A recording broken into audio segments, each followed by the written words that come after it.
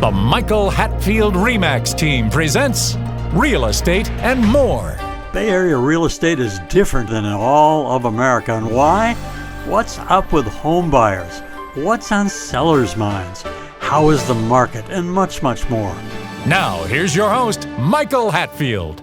Welcome to Real Estate and More Show. Talking about a sense of family and a sense of community. Our topic today focuses on how very much a pet can make your home a home. We have this morning one of the most esteemed and trusted veterinarians in the Bay Area to share his daily experiences in keeping man's best friend and women's best friend as well healthy. An amazing man who cares about your pet. He practices with a primary focus on canines and felines.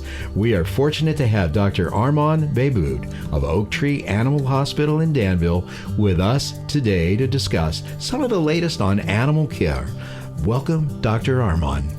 Thank you, Michael. Thanks for having me. Great to have you on the show, sir. Thank you. You keep these little bundles of joy happy for us, Dr. Arman. How do you do that? I mean, what is your game plan to deal with so many people with all of these family members that are actually pets? Well, Michael, this is actually a joy for me. I don't consider this as a job. I consider it as part of my life. I really enjoy it. I had difficulty picking what I want to do. When I was young, I wanted to be a geneticist, and then I wanted to be a dentist, but I decided that, I want something that I actually enjoy. And this field actually brings enjoyment every day to my life.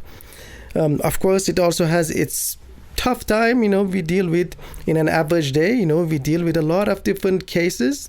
We deal with excited, cute puppies and kittens and giving them vaccines and enjoying them. And then, we go to some of the tougher cases and just, challenging cases, which again, that's the exciting part of the medicine. People get to know us a little bit more in detail, detail of what we do. And they know I live in the same city that my hospital is. And that makes it even more fun because my neighbor is also not only they're my neighbor, but they're also my clients, such as also you. Yeah, and definitely we are.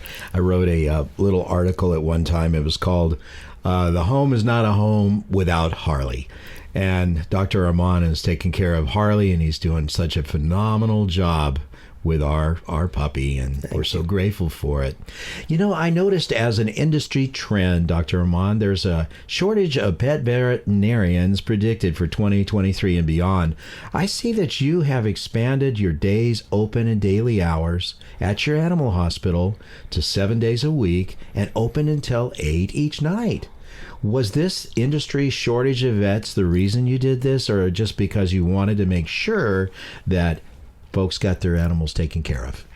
Well, one main reason that we opened the hospital, or we started the hospital in Danville, was, again, as I said, my neighbors. I lived in a neighborhood that is very family oriented, and people would, from time to time, they knew that I'm a veterinarian, and they would come to me and they would ask me, hey, my dog just ate, for example, this chocolate, or they just ate something that they were not supposed to do. What should I do? I would tell them to go to the veterinarian and get a visit. And however, most of veterinarians are closed after 6.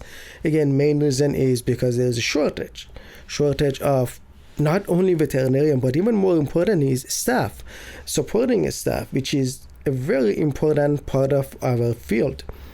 And due to those, again, we have to either close earlier or have shorter hours, or won't be able to see that many appointments.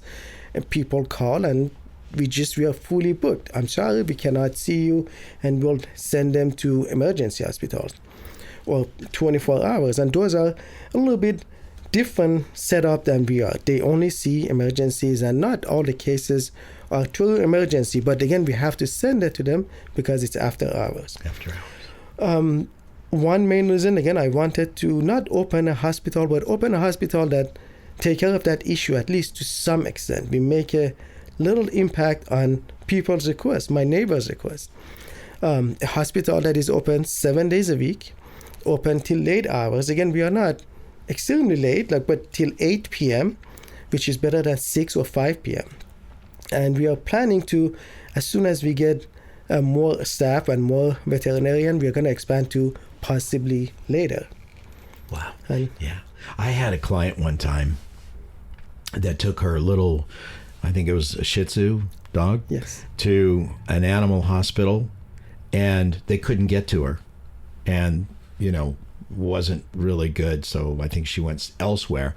But it seems like when you care about what you do, you're going to make these extra efforts to help folks and their family members. And there's no way that you can say that a puppy or a dog is not a family member. They're a big time part of the community. So in the community, we're really grateful that you're doing that, and that you're participating and trying to deal with the veterinary shortage and taking care of our pets. So thank you for that. I noticed you went to the coveted School of Veterinarians, the University of California, Davis, a great teaching university, is it not? Yes. In fact, I went to University of California, Davis for my undergraduate. I was a genetic major. I went to University of California, Davis, and I loved it. But after that, I decided to change my major, and I went to Ross University in Caribbean Island, and I finished my last year, transfer to Oklahoma State University in Stillwater, and finished my got pretty much my DVM in Oklahoma State University, and moved to Bay Area, and I did 1 year of extensive internship, and then I decided to start my hospital and I worked for a few other veterinarians. Then I started my hospital. Well, we're sure glad that you did, for sure. Your practice is specialized in taking great care of the dogs and the cats, primarily. You don't do lizards or things like that, do you? We don't, and that's when we go to school, they teach us, they're telling us for all the animals, and everyone goes to the same school, whether if you're a small animal such as dogs and cats, or you're equine, or you're food animal, or your exotic animal. We all go to the same school, but when we come out of the school, we can focus on one. In some area, when I went to Oklahoma State University, a lot of people would do mixed animals because the culture is a little bit different there.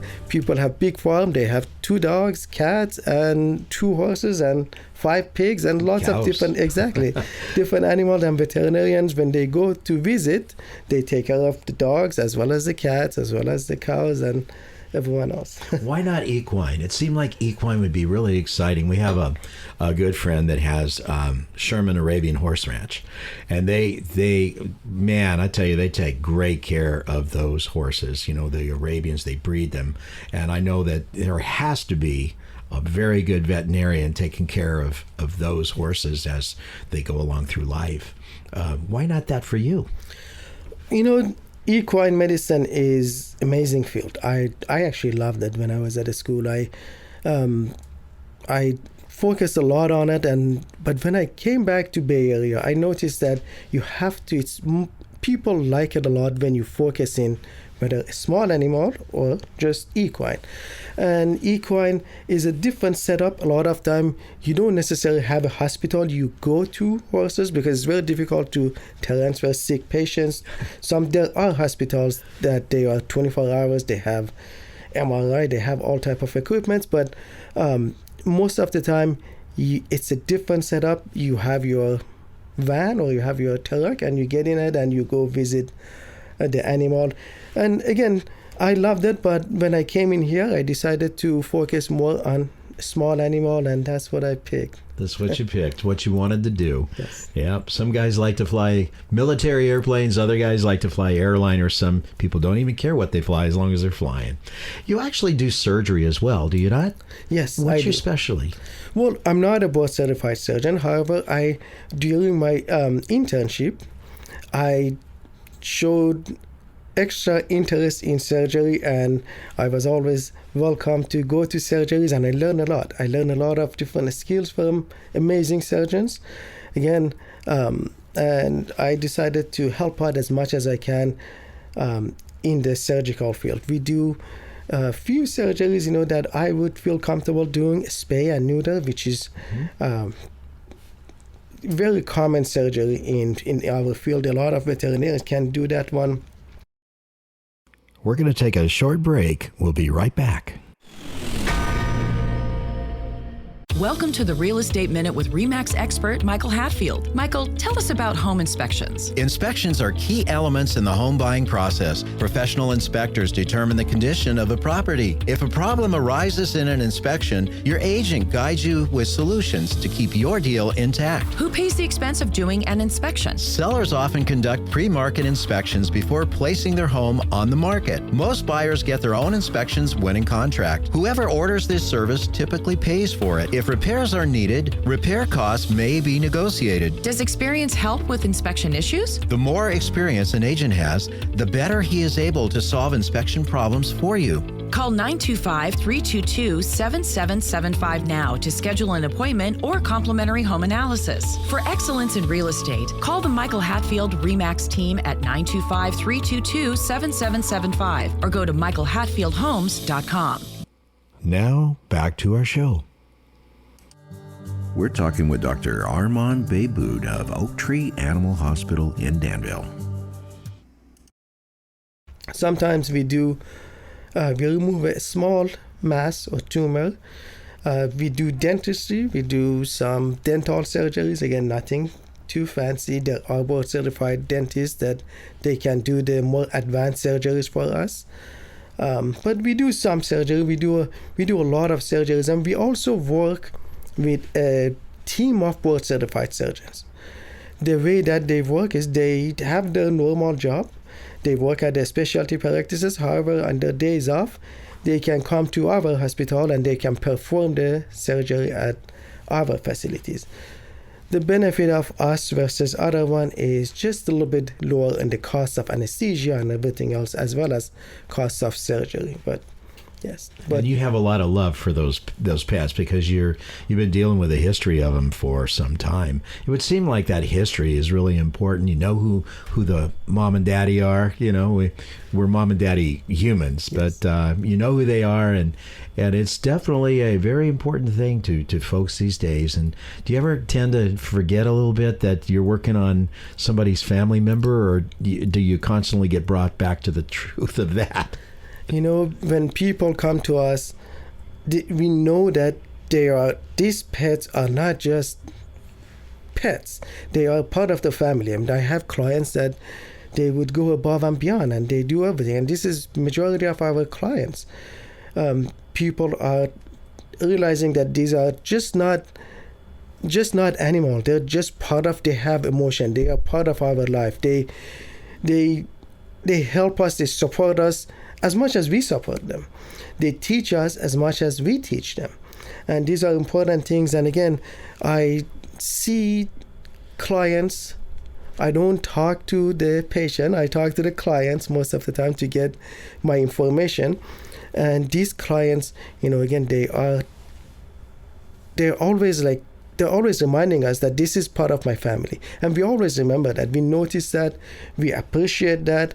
And we try our best to treat their dogs like my dog. Mm-hmm. I understand. The thing about I notice with Harley, the longer I have spent with him, the more that I realize that German Shepherd knows a lot more than I ever gave him credit for. And I've taught him, if he wants to say yes, to double blink his eyelashes, and he can actually communicate with a yes, or by not blinking, a no. And you think, oh, you're crazy, Michael. You're just crazy. But no, it's not true. This is a good time to introduce the fact that Dr. Arman gave Harley this new, it's almost a miracle drug about a week ago. And he said, we're going to give it a try and see if it helps his arthritis. And dogs, when they get arthritis, they don't, hey, my hips ache or this or that. They just don't do all of the things that they've been doing. Well, as a week has passed, this miracle drug seems to be taking effect. He's doing, he's wanting to jog a little more. He's wanting to do helicopters in the entryway, and he's certainly got his big dog bark going, because there were a couple guys came to the house earlier today, and I saw him on Ring. And but I think dogs just know more than we give them credit for, and if we pay attention to that, not only is your relationship with them better, but at least you're not thinking that they're thinking, hey, what a dumb person this human is. Do you know the TPLO surgery for dogs? What do you know about that? Well, TPLO is the most common orthopedic surgery in the United States. It's pretty much when the dog tear up their cruciate ligament. Cruciate ligament, in human term, it's also known as ACL, like a football player, basketball player. They tore their ACL.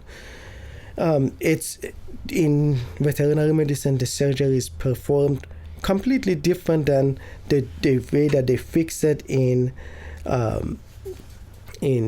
human, and they pretty much, the orthopedic surgeon will come in and he will perform it. This is a little bit more advanced surgery, but again, it's so common that we'll do it on weekly basis.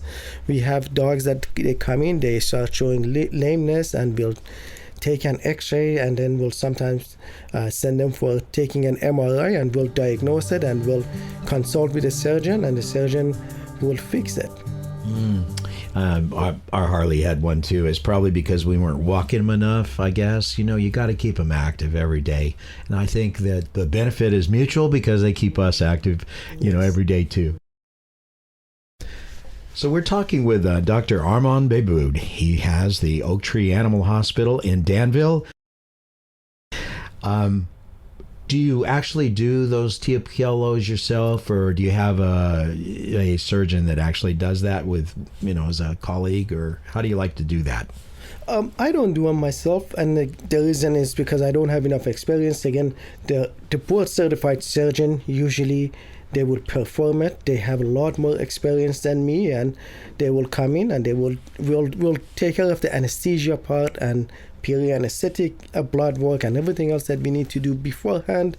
And the surgeon will come in, they would evaluate it, they would look at the x-rays, and they will perform the surgery at our hospital.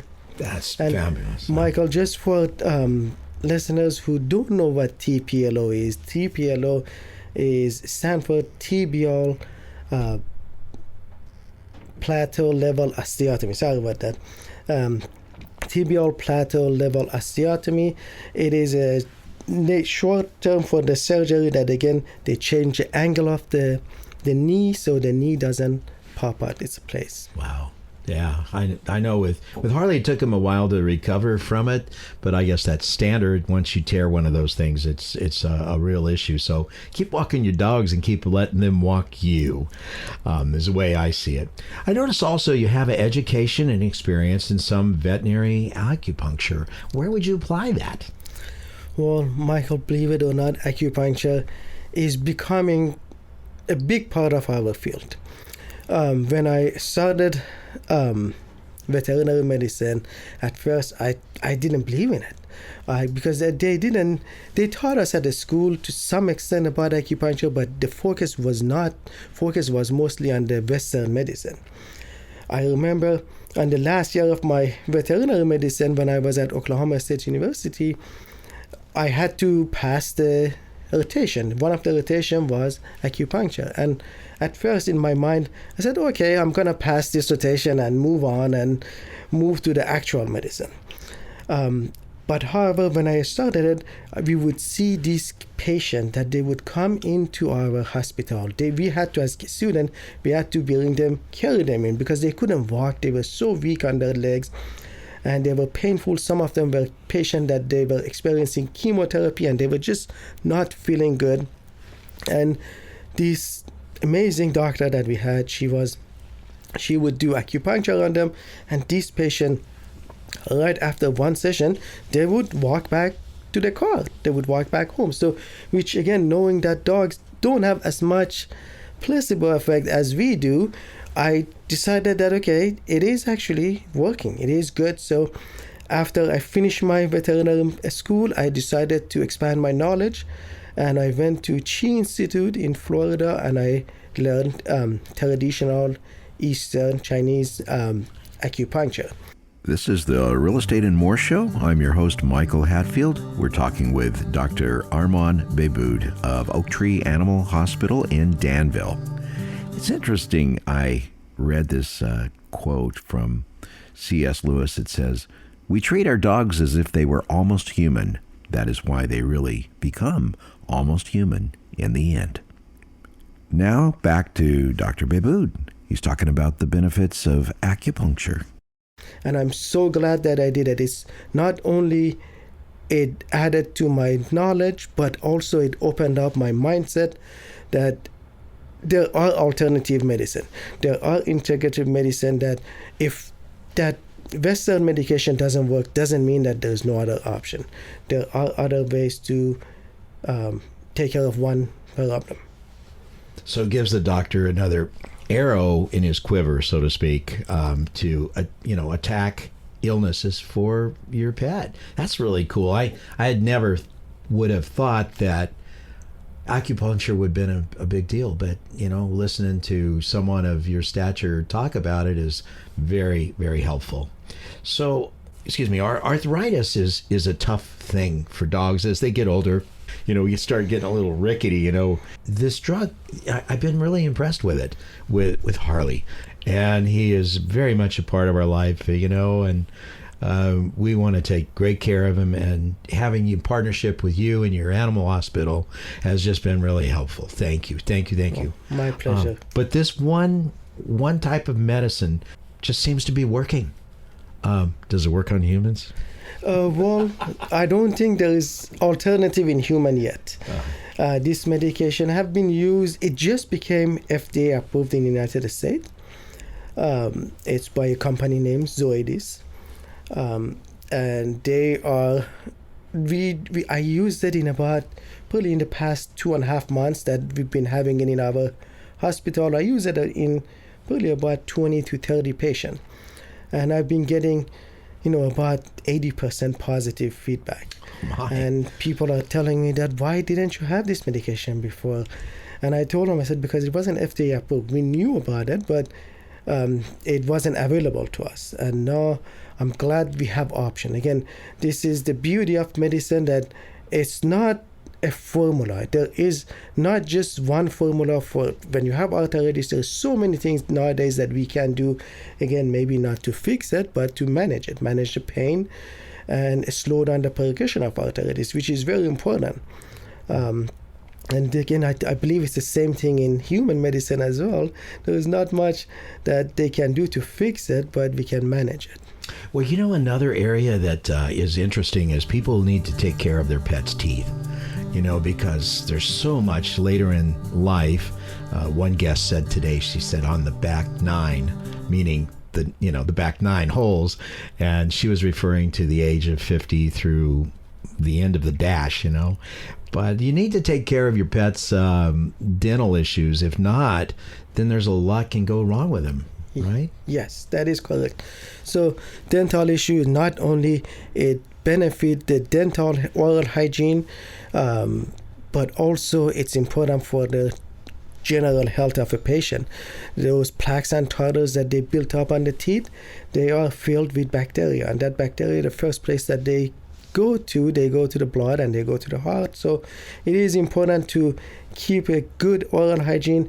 The dog's teeth or cat teeth are very similar composition than similar to human teeth, and we have to, again, if we don't do daily brushing and daily cleaning, the plaques and tartars and calculus can build up. And we get, again, a lot of time we see some dogs getting dental cleaning almost once a year, even though that they clean the teeth on daily basis. It's going to make them last a lot longer, longevity-wise, I would think. An interesting thing that we've noticed in our home also, and maybe it's just me being crazy, but if Harley's not in the house, the second I open the door, it's not that I don't hear his bark or his showing up, but there's a presence there. And I think most pet owners feel this presence with their children, which is dogs and cats. But we immediately, both of us, feel that his presence is not there. It might be with Nance on a walk, or might be at the vet, or he might be wherever. But it's amazing how that sensing of that is in a pet owner's mind. I don't think I'm the only one that's crazy, am I? No. Again, I'm even the same way. And as soon as I walk into home, I have 2 dogs and 2 cats, and they all come in, they all bark at me, they all welcome me to the home, and they put a smile on my face every single night. Every single night. And what's funny is that they'll greet you, and you leave for 3-4 minutes, you come back, they'll greet you the same way again. So if you have a bad day and you want to get on the positive side of things, all you have to do is leave the house, come back, and let them greet you, go away again, come back, let them greet you again. It's quite an interesting exercise to make your day great. And Michael, it's a good point that you brought up. This is something good that we always try to teach our dogs. How to sit, how to shake. These are good things to also learn from them. They don't take anything personal. They forgive you. They love you no matter what. And nothing stay in their mind or heart too long. Even if you yell at them, the next day they come and kiss you, and they come and play with you, and they forget about things. Yeah. Now, this is a question coming from my wife. She says, as we get close to Christmas and New Year's and the holidays, do you believe it is a great time for man and woman's best friend to come into our lives? Should a person adopt a pet this time of year, or maybe wait till after the 1st or so? What are your thoughts on that? Well, I don't think there is a perfect time. I should say it in a different way. There is no bad time to adopt a pet. It's always a good time. If you have the ability, if you have the time, I would say do it. Christmas is always a good time because we are home. We can spend more time with them. We can get to know them a little bit better. But there is always a good time. How much joy do you want in your life, and when do you want to start it? It's like, when do you want to start eating ice cream? Shirley enjoyed speaking with Dr. Arman Behboud, veterinarian of Oak Tree Animal Hospital. It's located in Danville. Thank you for being on the show, Dr. Arman. You've been listening to Real Estate and More Show. Interesting people like Dr. Arman, topics of the day like man and woman's best friend, and of course, we talk about real estate. You can listen to archived Real Estate and More shows at michaelhatfieldhomes.com/radio. That's michaelhatfieldhomes.com/radio. After airing, the Real Estate and More Show is available on demand on Spotify, Amazon, iTunes, iHeart, and most major podcast directories. I'm your host, Michael Hatfield, and we're going to be right back with our next special guest. Stay tuned.